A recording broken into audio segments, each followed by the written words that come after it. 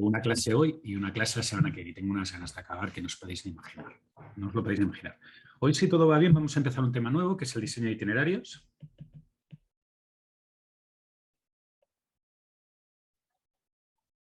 ¿De acuerdo? Y creo que habéis visto ya algo en gestión de operaciones avanzadas.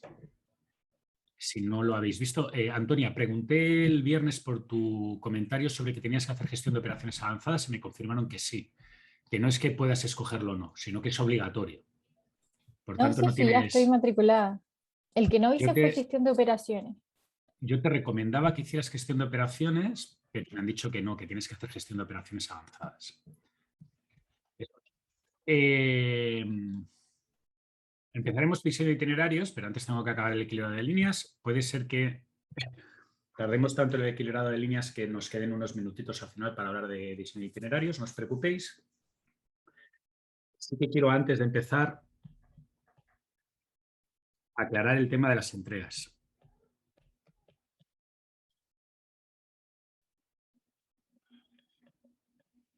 Y a lo que me refiero es a la entrega de trabajos.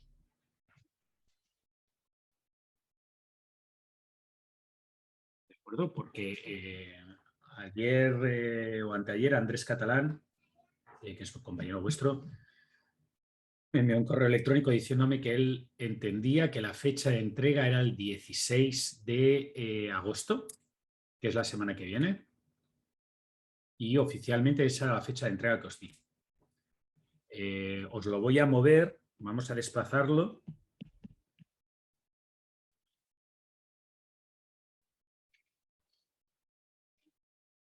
al 23 de agosto. ¿De acuerdo? Y esto es hard limit.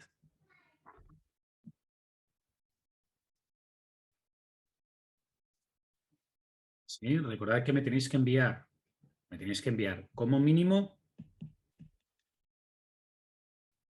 el vídeo de vuestra presentación y el código. Y idealmente todo el material de soporte para el estudio de vuestros compañeros.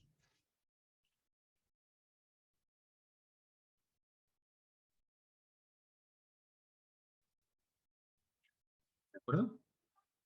Esto es lo que os pido para el 23 de agosto. ¿Dudas? ¿No hay dudas? Vale, pues entonces empiezo con la clase en sí. Sí que parece que hoy ha pasado algo, porque tengo como 4 o 5 personas menos de lo normal. Parece que vais cayendo en agoteo. A lo mejor el fin de semana ha sido un gran fin de semana, no lo sé. Mis fines de semana todos son iguales, son como los lunes y como los martes. A lo mejor la única diferencia es que además me toca cocinar, pero es la única diferencia. Y a mí ya me gusta cocinar, prefiero cocinar que no estar haciendo otras cosas. Sigamos. Recordad lo que habíamos visto en el equilibrado de líneas de montaje. En el problema de equilibrado de líneas de montaje lo que teníamos era una simplificación de un reparto de operaciones a operadores. Y esa simplificación tenía en cuenta básicamente 3 características. La primera era la duración de las tareas o la carga de trabajo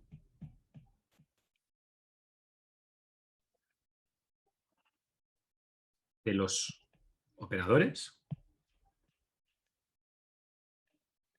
Era la suma de las duraciones de las tareas asignadas. ¿De acuerdo? La segunda cosa que teníamos que tener en cuenta eran las condiciones tecnológicas, eran las precedencias, era que algunas cosas se tenían que hacer antes que otras, ¿sí? Estas líneas o estos arcos de aquí. Y la única cosa que nos faltaba por comentar o que nos faltaba por decir es que además tenemos que pensar que las tareas son indivisibles.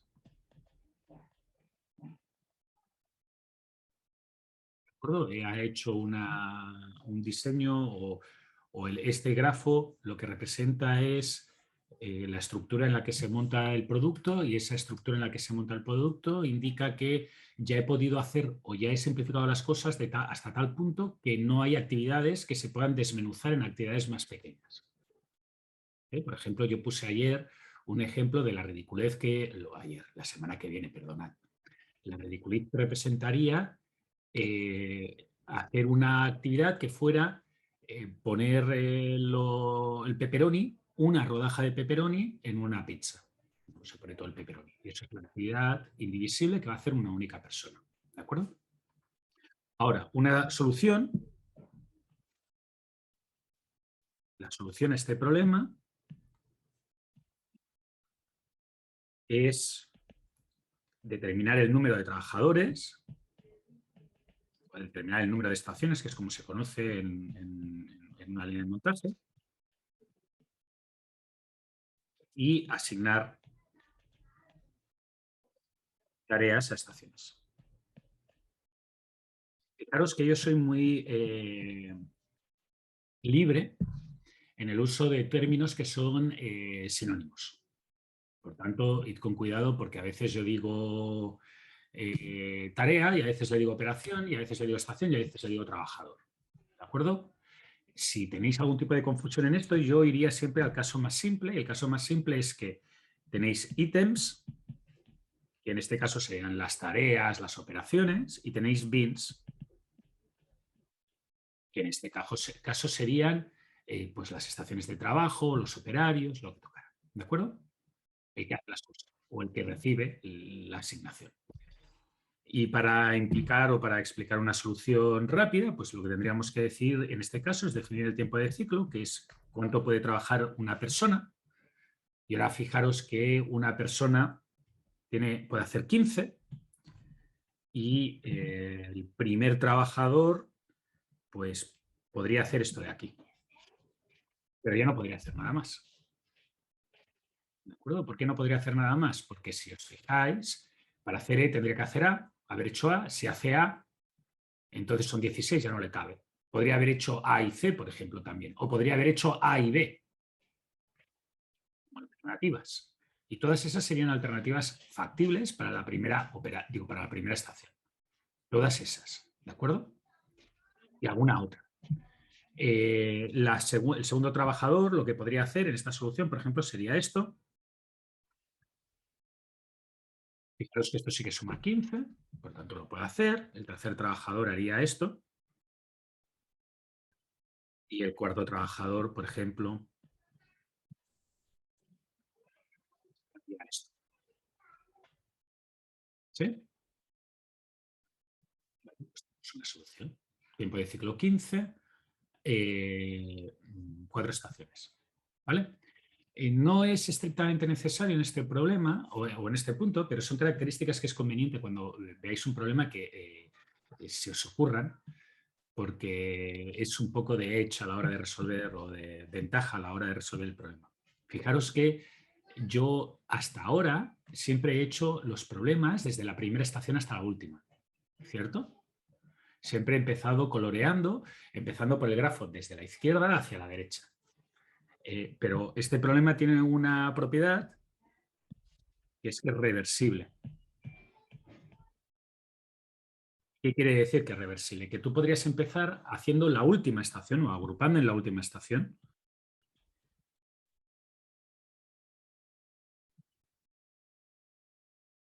¿Sí? Y luego hacer la penúltima estación. Y luego hacer la antepenúltima estación. Y finalmente, pues la primera estación. Y no pasa nada, se puede hacer. ¿De acuerdo? Es simplemente que los arcos se giran de sentido y ahora vas de derecha a izquierda. Esto en un problema chiquitín no importa, pero recordad que estáis haciendo heurísticas. Generalmente en este curso estamos haciendo heurísticas.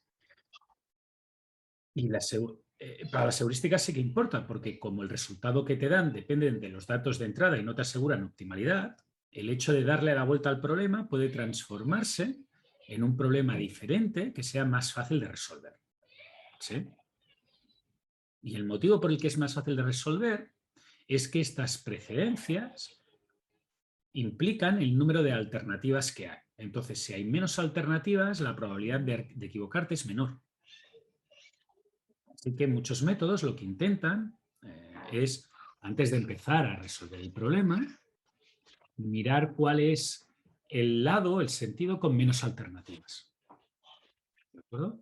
De nuevo, no es que sea el fin del mundo, no es que esto sea la panacea y resuelva absolutamente todos los problemas del universo, pero fijaros que es una pequeña observación súper chiquitita que abre muchas alternativas a aprovechar la resolución. ¿Vale? Profe, Dime, Felipe. ¿y cuál viene siendo el tip, por decirlo, para darse cuenta qué sentido tiene menos alternativas? Generalmente lo que se hace es mirar el número de tareas que cabrían en la primera estación. Luego el número de tareas que cabría en la segunda estación. Luego el número de tareas que cabría en la tercera estación, en la cuarta y en la quinta estación. ¿Por qué hasta la quinta se hace eso? Entonces, ¿cómo se calcula eso? Lo explicaré con una cota dentro de un ratito. Eso, si quieres, no era parte del temario, pero se mira. Entonces tú dices, en la primera estación hay 3 tareas que podrían ir. Por ejemplo, en este caso, en la primera estación, pues podría ir esta y esta. ¿Sí? Esas son las 4 tareas que podrían ir en la primera estación. Por tanto, tenemos 4. Y ahora, en la segunda estación, ¿cuántas tareas podrían ir?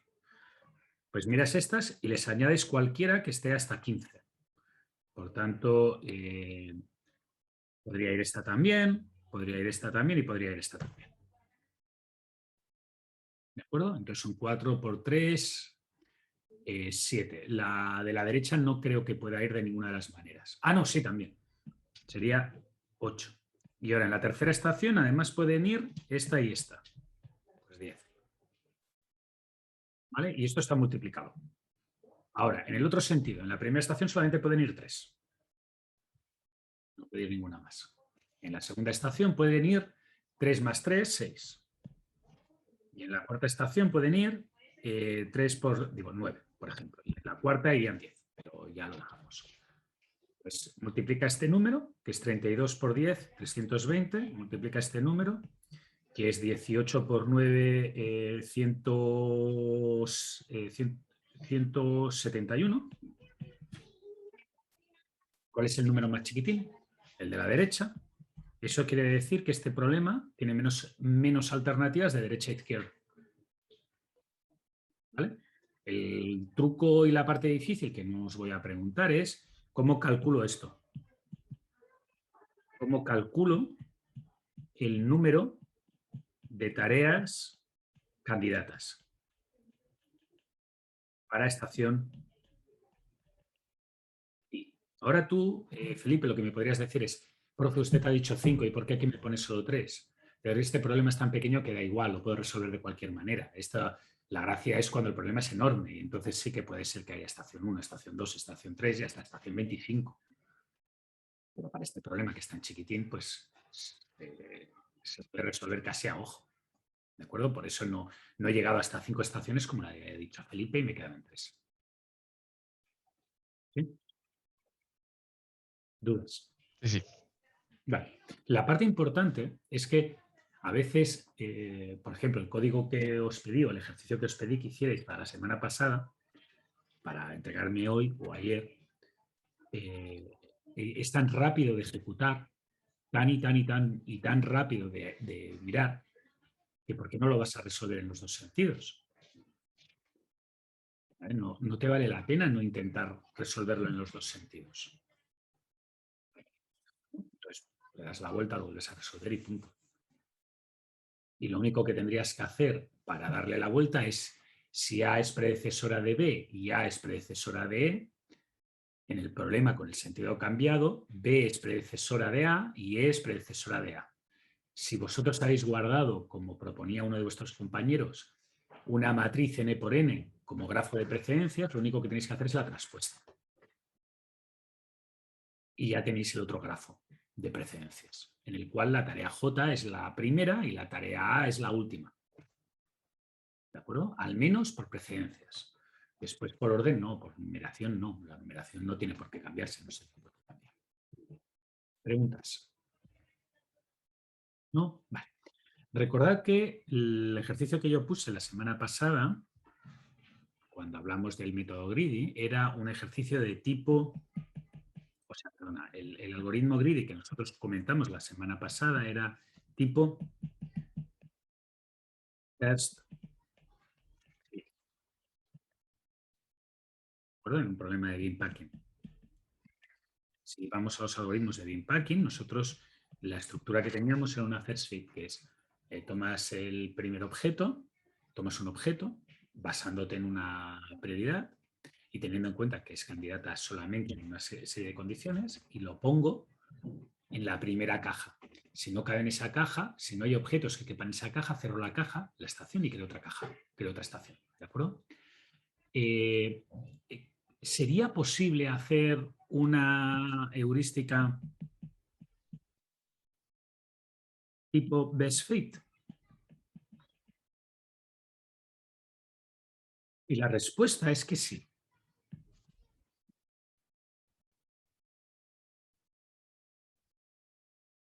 ¿No? Sí es posible. No digo que sea recomendable, digo que es posible. ¿Qué hace una heurística tipo best fit? Pues una heurística tipo best fit lo que haría sería tener las estaciones siempre abiertas.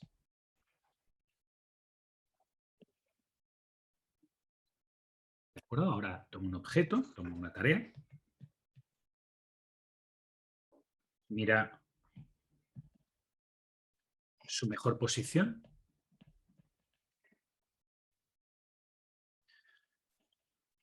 ¿De acuerdo? ¿Y qué era mirar su mejor posición? Mirar su mejor posición era ver aquella en que al ponerse dejaba menos espacio libre. Por tanto, en este caso, donde al ponerse deja menos tiempo muerto, menos tiempo libre. ¿Sí? Y la pone. ¿Qué tenemos que tener en cuenta aquí? Tenemos que tener en cuenta, primero, las precedencias. Por tanto, mirar su mejor posición implica nunca en una caja anterior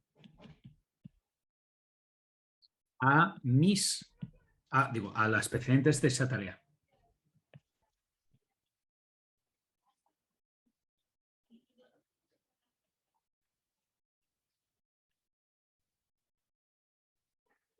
¿Vale? Y lo segundo que hay que tener en cuenta es qué hacemos si no hay alternativa.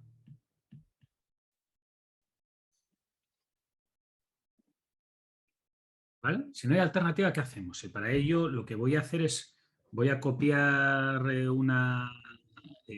voy a coger esta lámina y voy a intentar explicar el best fit que hacemos con la alternativa. Suponed que yo he cogido aquí, la C la voy a poner igual a 10, ¿sí? Y ahora yo he cogido y he puesto el objeto I aquí, que tiene una duración de 9, y ahora he puesto el objeto A aquí, que tiene una duración de 6. ¿De acuerdo? Y ahora voy a tomar el objeto H, que tiene una duración de 2. Ese siguiente candidato que hay. Fijaros que no cabe ni, bueno, cabe, perdón, sí que cabe. Cabe en la caja de la. Y cumple con las precedencias. ¿Cierto? Y ahora, esta caja tendría un espacio de 8. un espacio usado de 8 y le quedan 2. Ahora, suponed que la siguiente tarea que voy a mirar es la tarea B. Y ahora, ¿qué hacemos con la tarea B?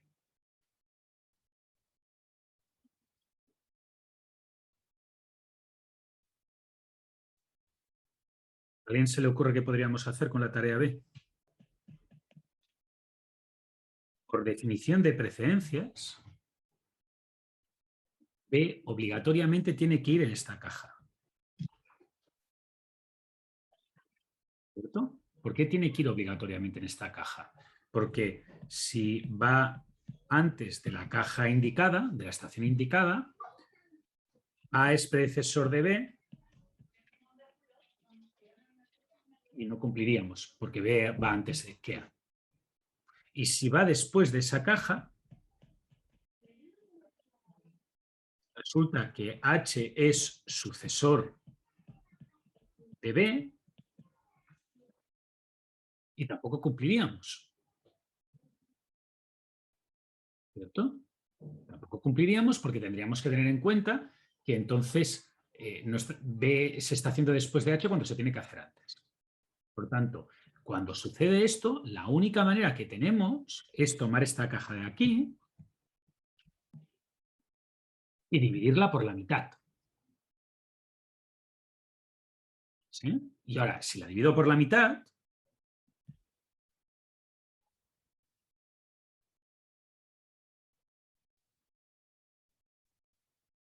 fijaros que tomo B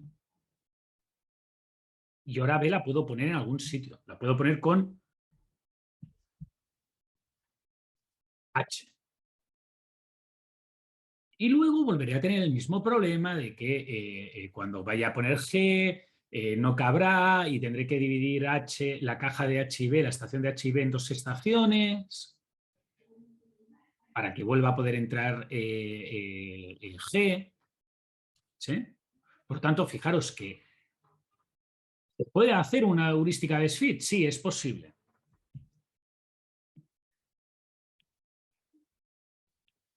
Es algo enrevesada.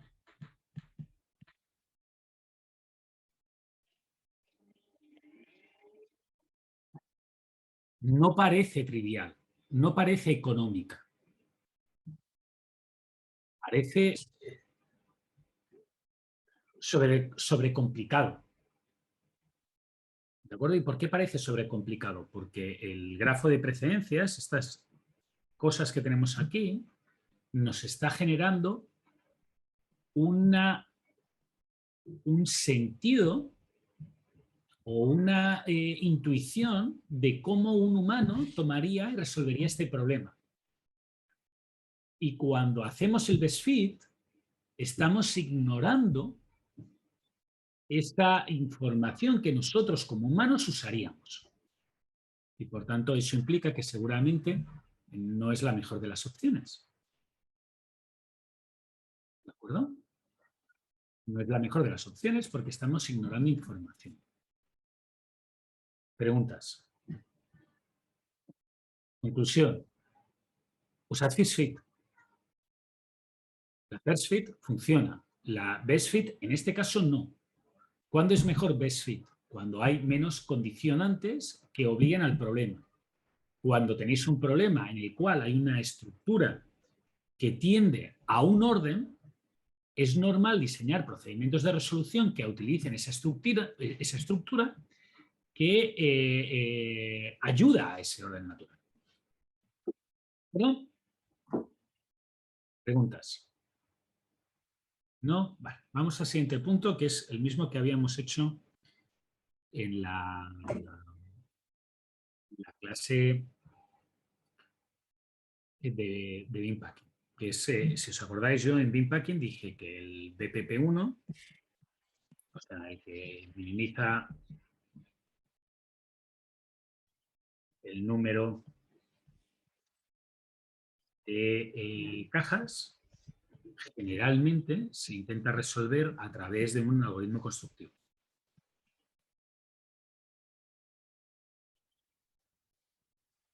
Sin embargo, en el BP2, que es el que minimiza el Cmax, el instante de finalización más tardío, se acostumbra a utilizar a través de una búsqueda local. ¿De acuerdo? Y expliqué como búsqueda local. Expliqué dos. Expliqué que podrías utilizar algo que lo que hiciera sea cambiar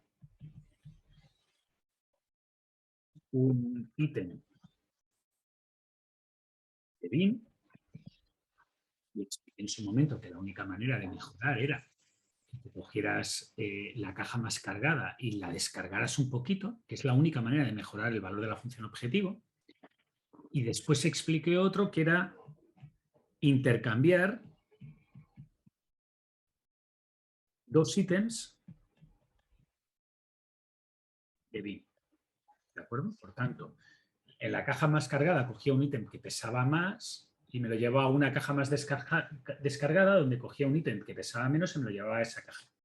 En el fondo intentaba hacer un equilibrio. Por tanto, para hacerlo numéricamente, si os suponéis que la caja 1 tiene una carga de 20 y la caja 2 tiene una carga de 15, lo que intentaría hacer sería mover de aquí para aquí un objeto que tuviera carga 10 y mover de aquí para aquí un objeto que tuviera carga 5. ¿De acuerdo? De esta manera, al final serían 20 menos 10 más 5, 15, y 15 menos 5. Oye, esto no, perdonad. Voy a poner otros números para que cuadre. Algo así.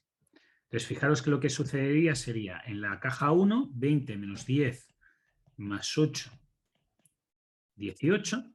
Y en la caja 2 sería 15 menos 8 más 10, 17. Por lo tanto, fijaros que lo que he hecho es intentar equilibrarlos haciendo pequeños cambios. ¿De acuerdo? Y eso es lo que expliqué en el bin packing. Y más o menos aplica también al problema de equilibrado de líneas de montaje. Lo que pasa es que hay que hacer una pequeña intuición adicional antes de entrar en ese punto, que es un concepto que cuando lo expliqué la primera vez no lo desarrollé porque no consideraba que era importante en ese momento, pero que ahora sí que tengo que desarrollar. Y ese concepto importante que no desarrollé en ese momento es que, si os fijáis, la idea de toda búsqueda local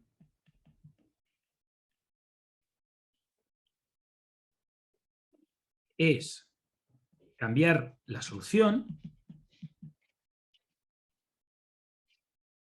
para obtener un beneficio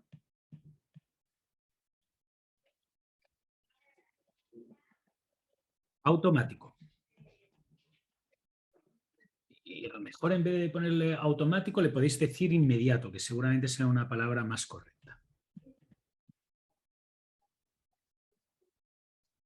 ¿Sí? O sea, un procedimiento en el que se plantea la idea de una búsqueda local, lo que intenta es tomar una solución que es la que tú tienes de partida y hacer una pequeña modificación que tiene que llevar a una solución mejor.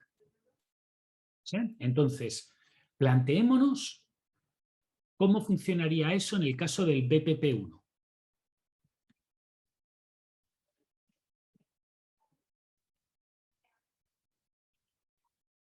En el caso del BPP1 se pueden definir los mismos vecindarios. Cambiar un ítem de bin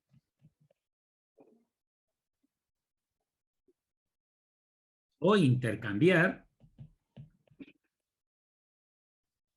dos ítems. ¿De acuerdo? Y si yo defino un vecindario y digo que para mejorar, la mejora tiene que ser automática, tiene que ser un pequeño cambio que me lleve a una mejora, si no, no lo acepto, fijaros que intercambiar dos ítems, o sea, perdón, antes de eso, en el caso del BPP1 y en el SALP1, una mejora de la función objetivo requiere eliminar un bin, o sea, quitar un trabajador.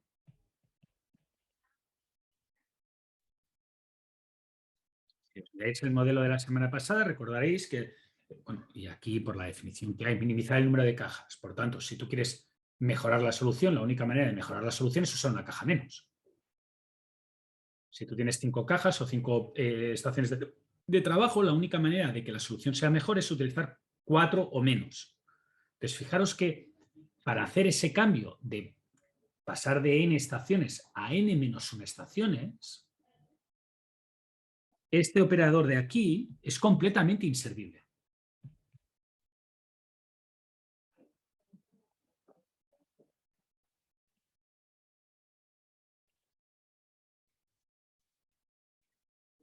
¿De acuerdo? ¿Por qué es completamente inservible este operador de aquí? Porque para tener una estación menos hay que dejar una estación sin tareas. Tiene que tener 0 tareas, entonces te la puedes comer. Con que tenga una tarea, solo una tarea es obligatoria. Es obligatorio conservar la estación. Por tanto, imaginaros que tenéis una caja y la queréis vaciar. La única manera de vaciarla no puede ser metiéndole un objeto. Porque si le quitáis un objeto y le metéis un objeto, sigue teniendo un objeto. Por tanto, intercambiar dos ítems no ayuda para nada.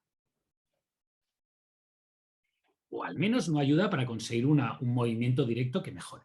Ahora, cambiar un ítem, que es tomar un objeto de una caja y llevarlo a otra caja, solamente puede mejorar la solución si la caja originalmente tenía un único ítem.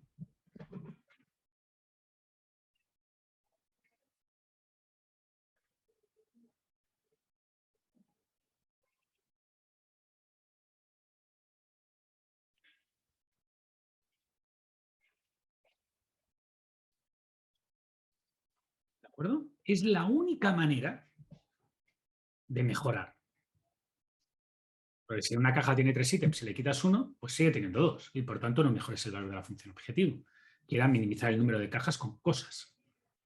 Fijaros que eso implica o destaca por qué en los problemas tipo 1, ya sea de empaquetado, ya sea de equilibrado de líneas de montaje o cualquier problema de tipo 1 de empaquetado en lo que tú estás es intentando minimizar el número de cajas, estaciones, trabajadores o lo que sea, una búsqueda local no funciona correctamente. No funciona correctamente porque te encuentras con estas dificultades. La búsqueda local no va a conseguir vaciar cajas porque no está diseñada para vaciar cajas. Está diseñada para bajar la altura de las cajas, en todo caso, o cómo de llena están las cajas. ¿De acuerdo? Por tanto, de nuevo, búsqueda local para el equilibrado de líneas de montaje se ciñe a los problemas tipo 2.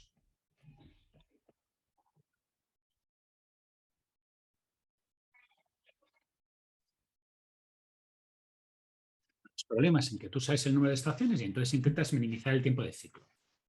Eso no implica que no se pueda hacer, que sigue pudiéndose hacer, el truco de resolver un problema tipo 1 a través de múltiples tipo 2. ¿De acuerdo? Eso lo vimos con el equilibrado de línea, digo, con el bin packing y por tanto no voy a volverlo a repetir porque puede ser que lo pregunte porque hay algunas modificaciones, pero básicamente la idea es la misma. Si tú quieres encontrar una solución con una estación menos, pues generas una solución con una estación menos que tiene mayor tiempo de ciclo y buscas saber si eres capaz de reducir el tiempo de ciclo hasta que llegue al tiempo de ciclo que era tu límite original del problema tipo 1. Ese procedimiento lo explicamos hace 2 semanas. Por tanto, no debería de sonaros a chino. ¿Sí? Muy bien. Sí que hay otra cosa que sí que es diferente, hay que tener en cuenta.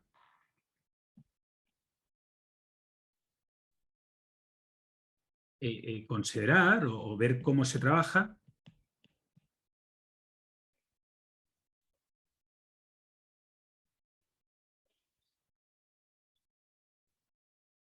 el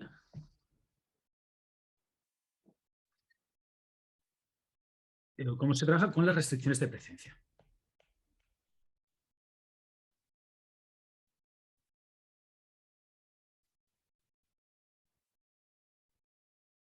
Y esto generalmente lo explico aquí porque históricamente ha generado errores. No es que sea terriblemente difícil, pero históricamente ha generado errores cuando he tenido alumnos trabajando en estos temas porque confundís el grafo, que voy a poner yo ahora, con un CPM. Y pensáis un poco como si fuera un CPM y no es el caso. Por tanto, prefiero hacer un ejemplo para que os quede más claro con esto. ¿De acuerdo? Fijaros que este grafo es un poquito más grande de lo normal. Tiene unas cuantas tareas más. Tampoco es que tenga 80 tareas de más. ¿Sí? Pero ahora, recordad que cuando uno tiene las precedencias, lo que están haciendo es limitar las estaciones donde se puede asignar una tarea.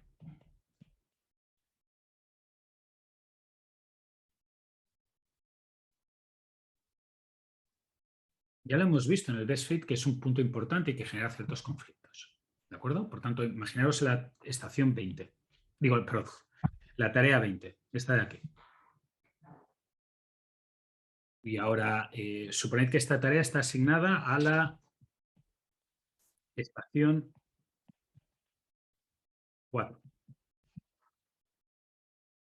¿Sí? ¿Qué podéis decir de las tareas 14, 16, 21 y 24 de la asignación de su estación?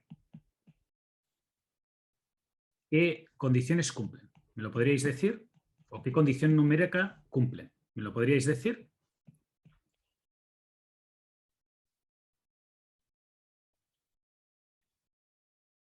¿Alguien? Que las celestes, ¿se escucha?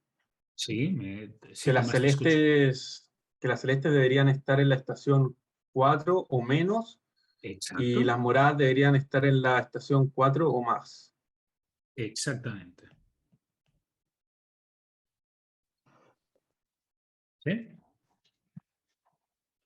Bastante lógico, porque es el orden. Ahora, suponed que las estaciones a las que están asignadas son estas.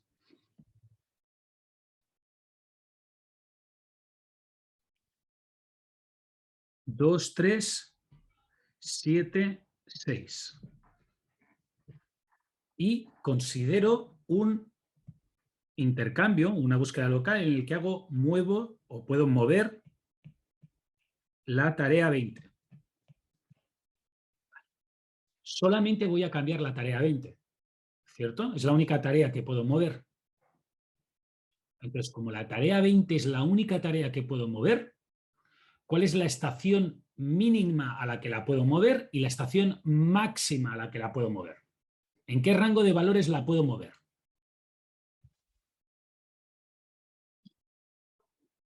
Está claro que no la puedo mover a la estación 1, porque se haría antes que sus predecesoras, y está claro que no la puedo hacer de la estación 8 para adelante, porque las hago después de sus sucesoras, y eso es imposible. La pregunta es, ¿la puedo hacer en la estación 2? Y la respuesta es no, porque si la hago en la estación 2 es suficientemente pronto como para hacer la 16, pero no lo suficiente para hacer la 14. Por tanto, fijaros que es la 3 y este 3 es el máximo entre este 2 de aquí y este 3 de aquí. La puedo hacer en la 3, la puedo seguir haciendo en la 4, la puedo hacer en la 5, la puedo hacer en la 6, pero no la puedo hacer en la 7. No la puedo hacer en la 7 porque se la hicieron en la 7.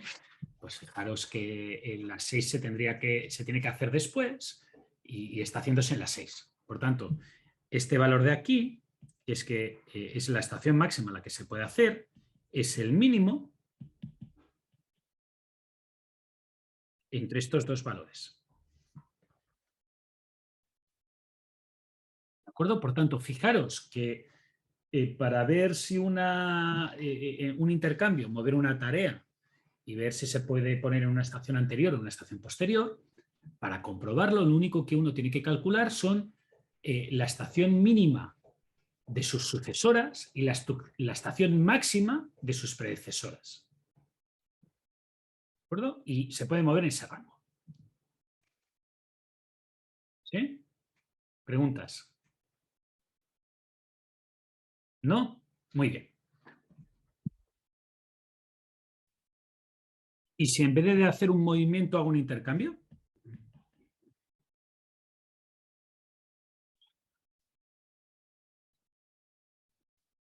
Por ejemplo, quiero intercambiar la estación en la que está asignada la tarea 8 y la estación en que está asignada la tarea 20. ¿Qué condiciones se tienen que cumplir para poder hacer ese intercambio?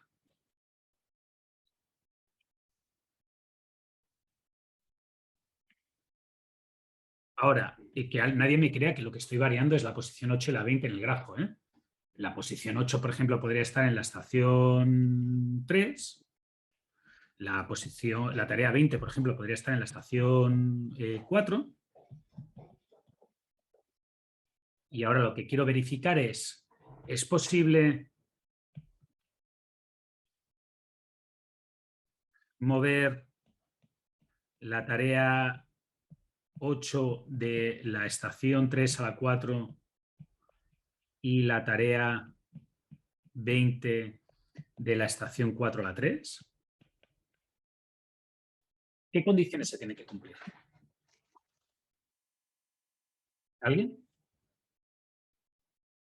Bueno, lo primero es que debería de hacer exactamente este valor que tenemos aquí.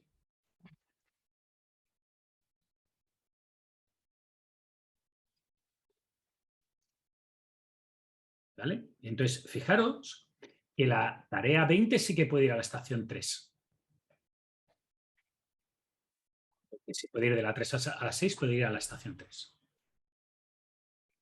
La tarea 8 tendríamos que hacer la misma comprobación. Tendríamos que determinar su estación más temprana y su estación más tardía.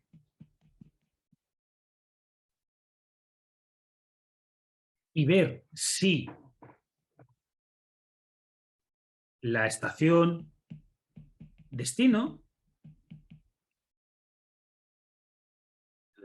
está entre temprana y tardía. Si cumple todo eso, significa que la estación se puede cambiar, si no, no. ¿De acuerdo? Vale, os voy a dejar planteada una pregunta que voy a poner en la prueba, que es, aparte de eso,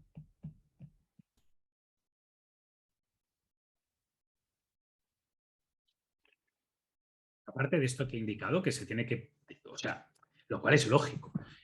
Si tú una tarea, solamente cambiando esa tarea, puede estar en un rango de valores concretos, pues después de hacer el intercambio tiene que seguir estando en ese rango de valores concretos, si no, pues no es factible.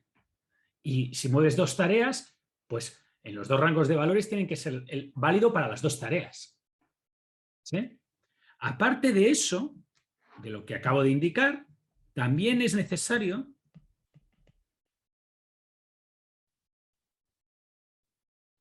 asegurar que las dos tareas, perdona, no son precedentes la una de la otra.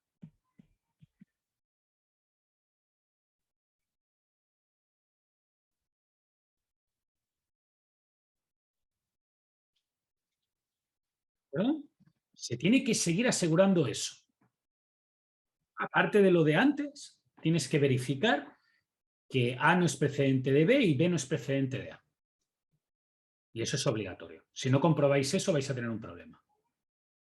¿De acuerdo? Para que un cambio... Perdona, esto lo voy a borrar porque esta es la pregunta que voy a hacer.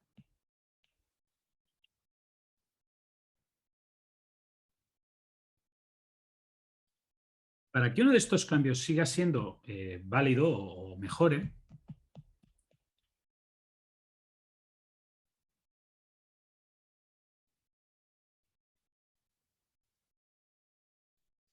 ¿de acuerdo? Para que uno de estos cambios sea aceptado, ahora hay que cumplir lo que se cumplía antes, y lo de antes lo voy a pintar en verde. ¿Y qué era lo de antes? Pues lo de antes era que las nuevas duraciones fueran menores a la mayor anterior.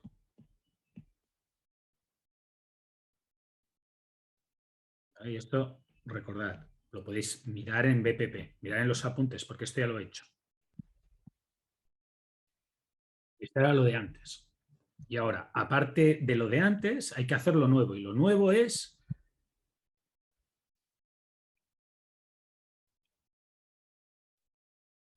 Hay que asegurar que las estaciones destinos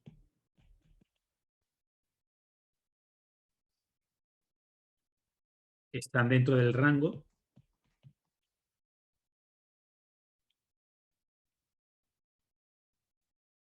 primero, último, de acuerdo, esos rangos que hemos calculado hace un momento. Y segundo, hay que asegurar que no hay relación de precedencia.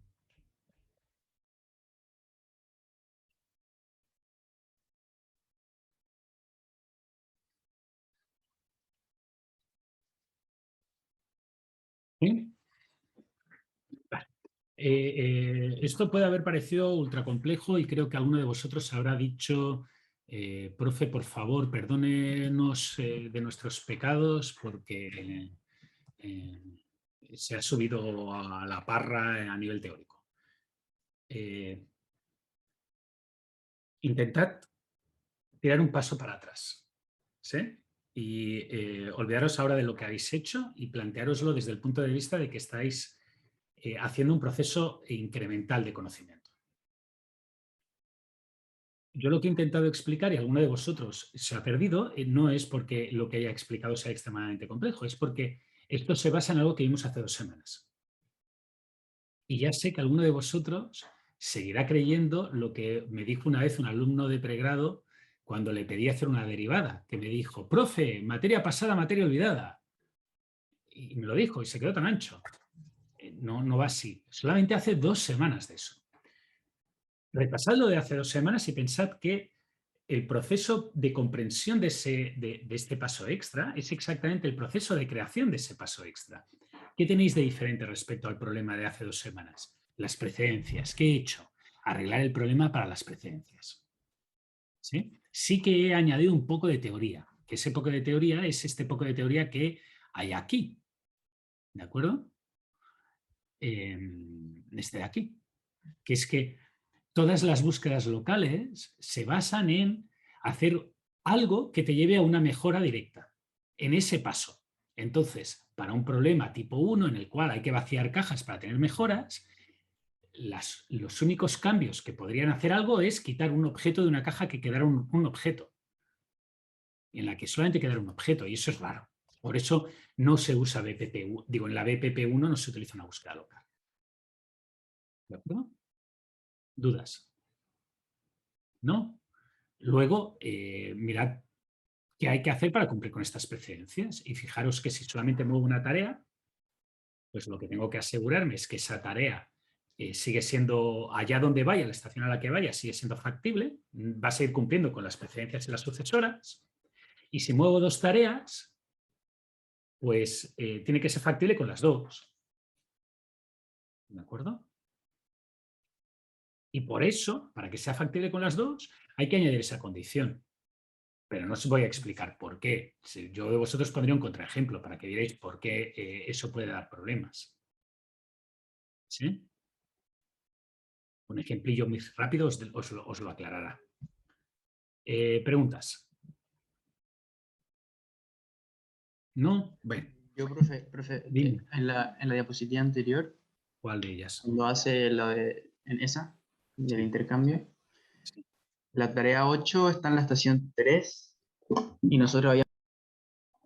Ya has apagado tu volumen. Ahí sí.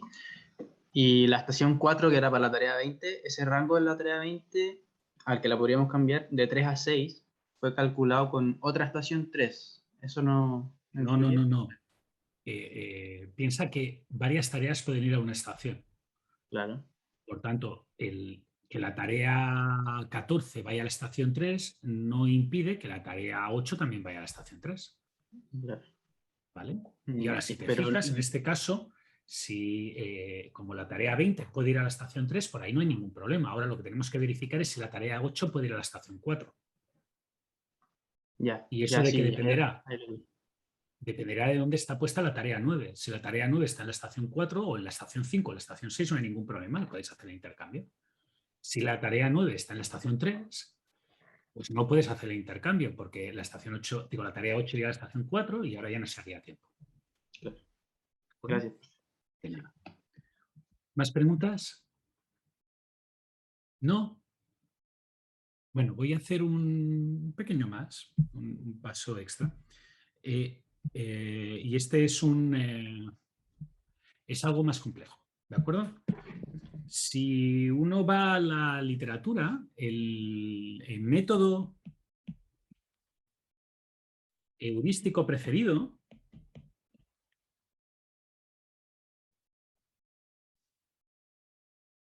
es algo que se llama la heurística de Hoffman.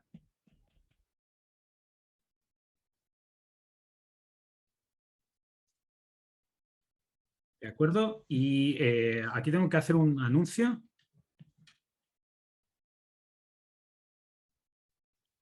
Por tanto, vamos a hacer un pequeño parón de publicidad.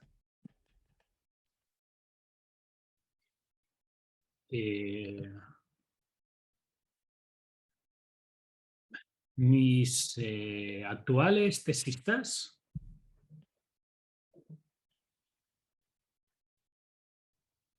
se han ofrecido previa remuneración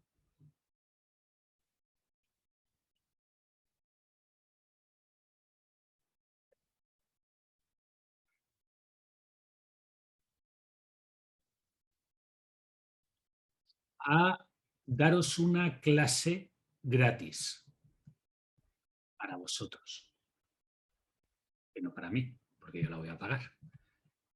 Pero eso es el problema de no tener de cuando me dijeron, ¿quieres un ayudante? Le dije, no, da igual. Pero bueno, como tengo plata de investigación, puedo pagarla. ¿En qué va a consistir esa clase? Esa clase es obligatoria. Bueno, depende de la gente que se apunte, porque si se va a apuntar uno, la doy yo. Obligatoria si quieres ser tesista mío.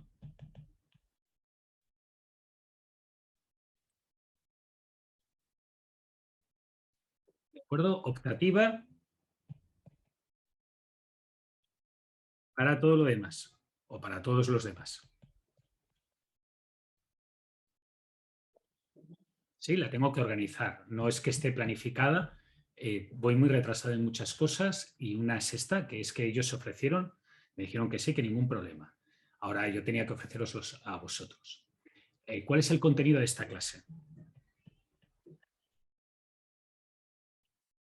El contenido de esta clase es cómo programar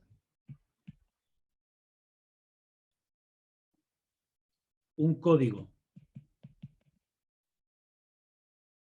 para equilibrado de líneas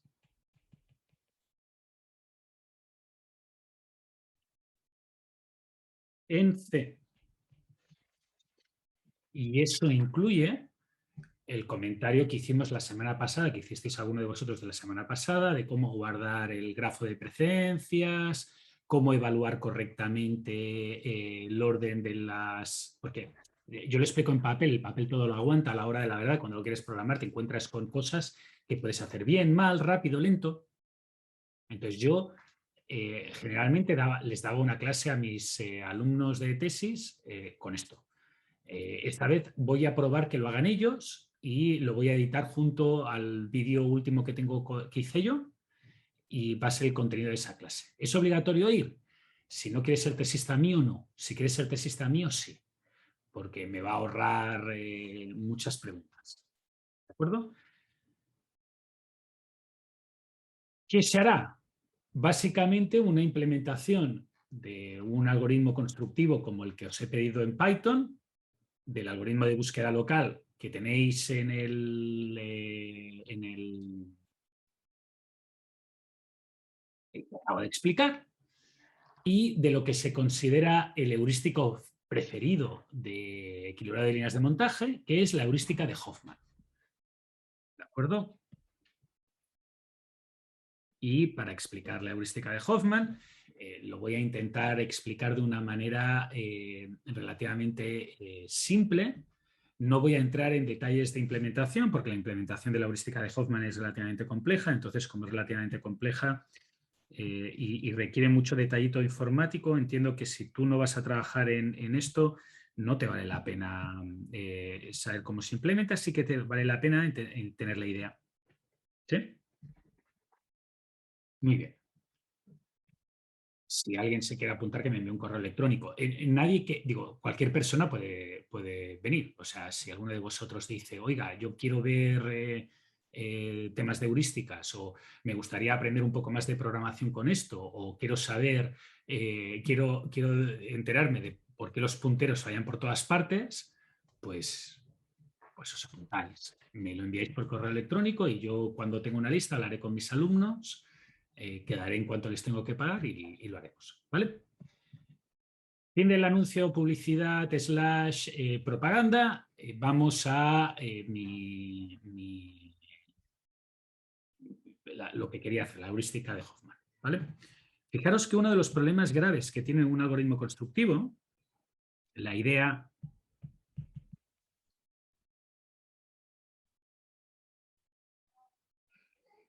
de un algoritmo constructivo, es llenar la caja trabajo a trabajo. ¿De acuerdo? Y eso quiere decir, en el fondo, que puede ser que el primero o segundo objeto que hayamos metido en la caja, de los 5 que tenemos que meter, nos pueda crear problemas. ¿De acuerdo? Al tomar una decisión detrás de una decisión, detrás de una decisión, detrás de una decisión, detrás de una decisión, en el fondo tomo más decisiones, y cuantas más decisiones tome, más posibilidades hay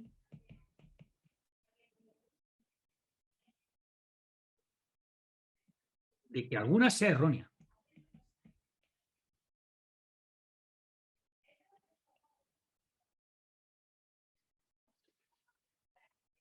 ¿De acuerdo?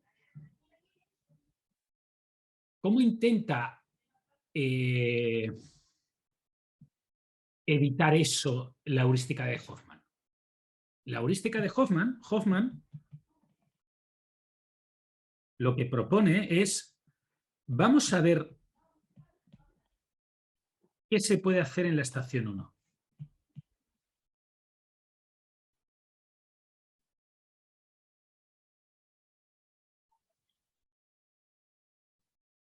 Y lo primero espérate,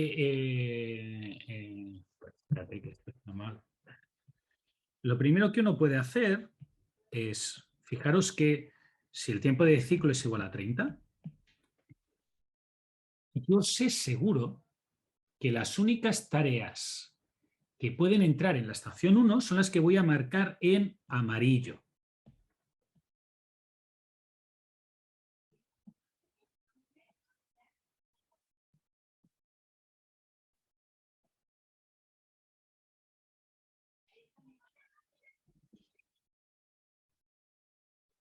El resto no entran. ¿De acuerdo? Porque la cantidad de cosas que tendría que hacer junto a ella para que estuvieran en la estación número 1 superaría la C igual a 30. ¿Sí? Y ahora, una vez tengo detectado esto,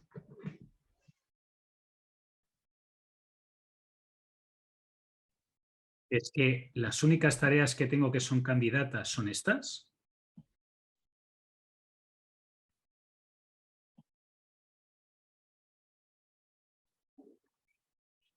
Considero el siguiente problema reducido, que es el problema de encontrar la mejor agrupación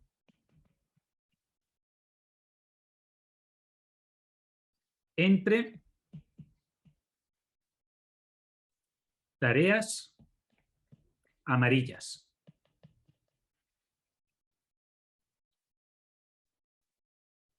Solo entre las tareas amarillas. ¿De acuerdo? ¿Y cuál es la mejor agrupación? Sería una agrupación con tiempo muerto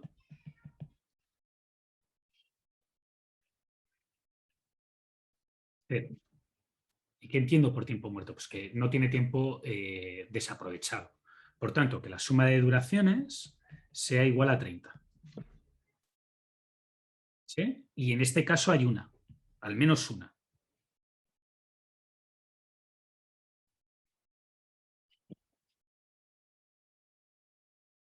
Eh, 19 más 4, 23, más 7, 30.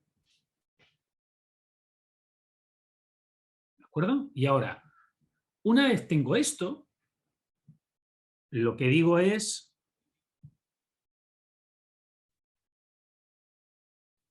esta de aquí, esta de aquí y esta de aquí ya no existen. ¿Qué tareas pueden ir a la estación 2?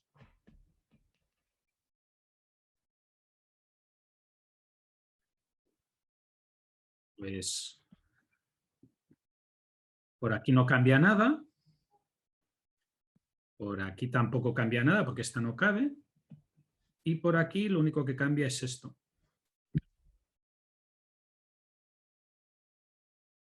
Bueno, pues busco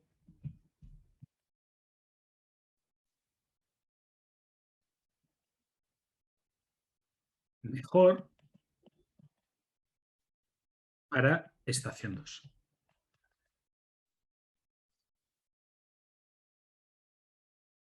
¿Sí? Fijaros que básicamente lo que he hecho es antes, después o ahora. Antes lo que hacía era escoger tarea a tarea.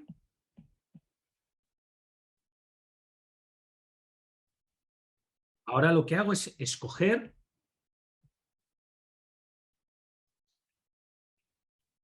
estación a estación. Escojo todas las tareas, todo un paquete de tareas. ¿Sí? Antes me seleccionaba por una regla, la duración de la tarea, el número de sucesoras, la suma de tiempo de todas las sucesoras, lo que fuera. Ahora selecciono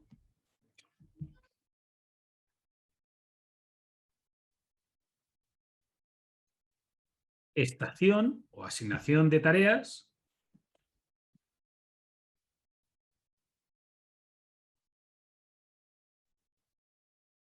que más dura.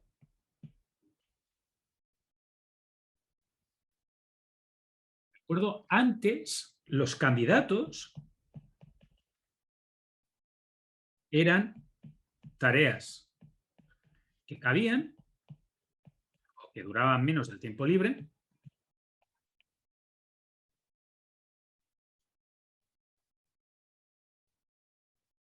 y con precedencias hechas.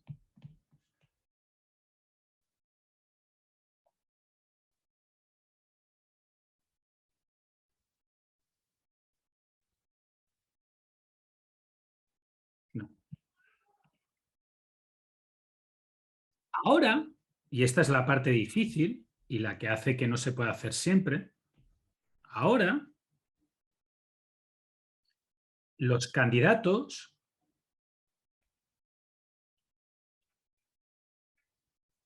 son todas las posibles agrupaciones de tareas.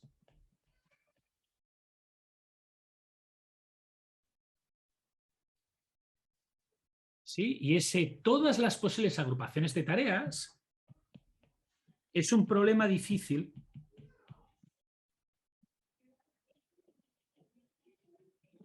para una computadora.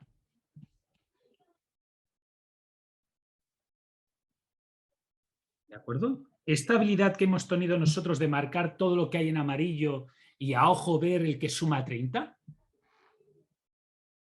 En este caso, por ejemplo, podría ser, yo qué sé, el más fácil que se me ocurre, este de aquí.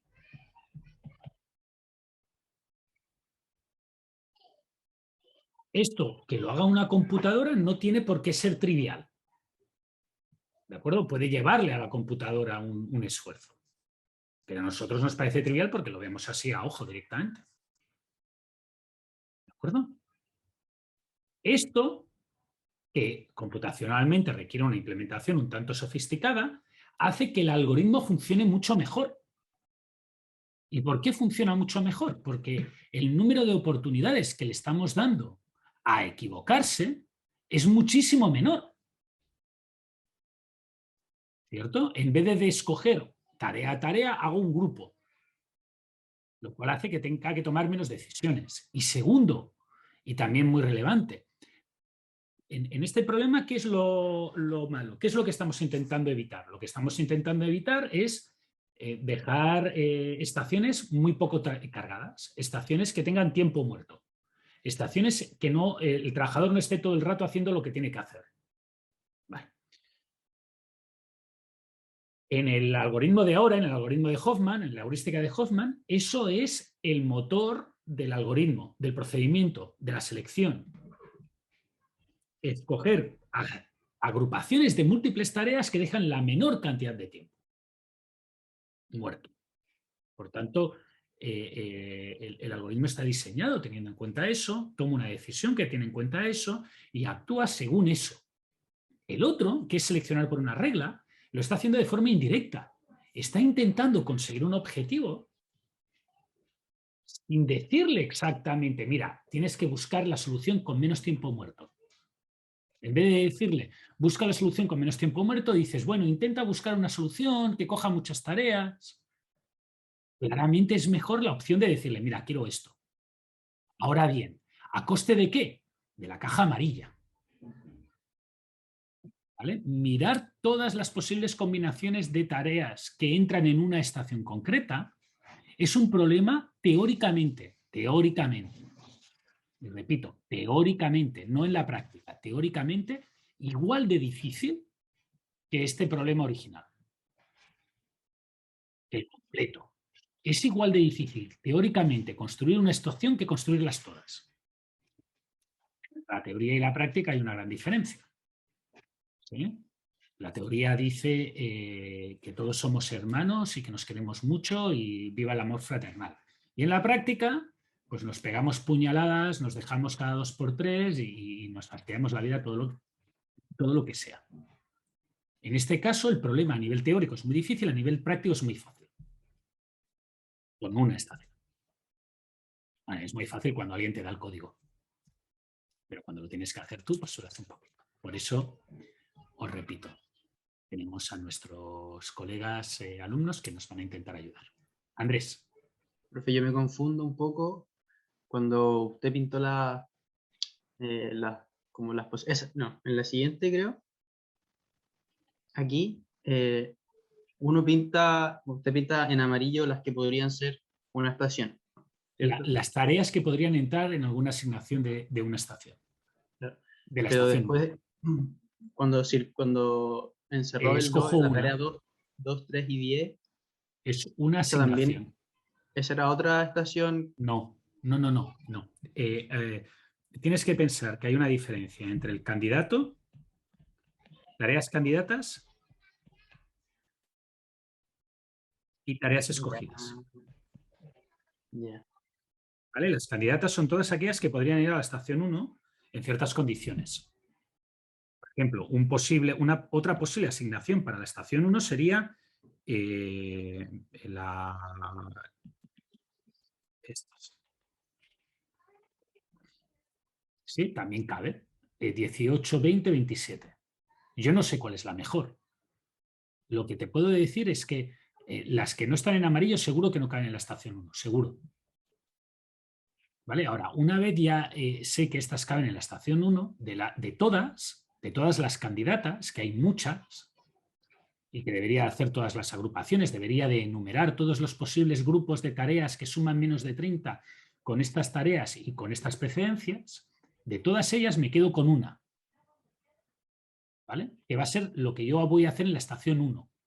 ¿Cómo me quedo con una? Pues me quedo con aquella que deje menos tiempo muerto. Entonces, como el tiempo de ciclo es 30, si yo consigo una agrupación que sume 30, el tiempo muerto es 0. No hay tiempo muerto, el trabajador trabaja al 100%. Y en el fondo es lo que me interesa. ¿Sí? Entonces, la 2, la 3 y la 10 suman 30 de tiempo, pues hago eso. Y ahora fíjate que cuando vaya a plantearme la estación 2, ya no tengo que pensar en la estación 1. Porque la estación 1 ya la tengo hecha. ¿Sí? Y ahora puedo hacer otras agrupaciones para la estación 2, como por ejemplo podría ser esta.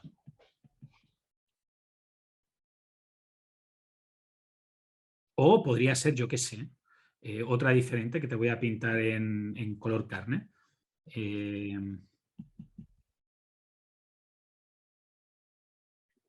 Esta. ¿Vale? Y ahora fíjate que esta suma 10, 16 y 14, 30.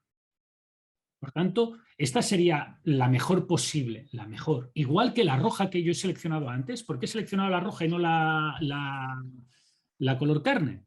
Porque la color carne era más difícil de ver. Entonces la he visto ahora, antes no la había visto. ¿Sí? Y tendrías que, en teoría, tu programa tendría que mirarlas todas, todas, todas. Y quedarse con la mejor. ¿Sí? Ahora, ese todas implica enumerar una lista y un algoritmo de numeración que implementarlo en una computadora es mucho más difícil que ordenar las tareas y quedarse la que tiene mayor duración.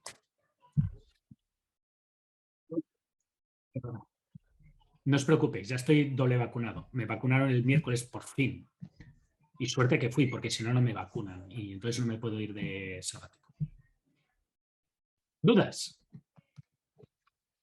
¿No? Bueno, pues nos vemos a las 11:35, ¿de acuerdo? Profe, Nos yo le vemos. quería preguntar algo, pero fuera de la materia de hoy. ¿Te puedes esperar a las 11:30 cuando vuelva? Bueno, no hay problema. Sí, sí. Hasta ahora. Gracias, profe. Sí, es que necesito un café, porque necesito un café. Está bien. Hasta ahora. Vale, profe.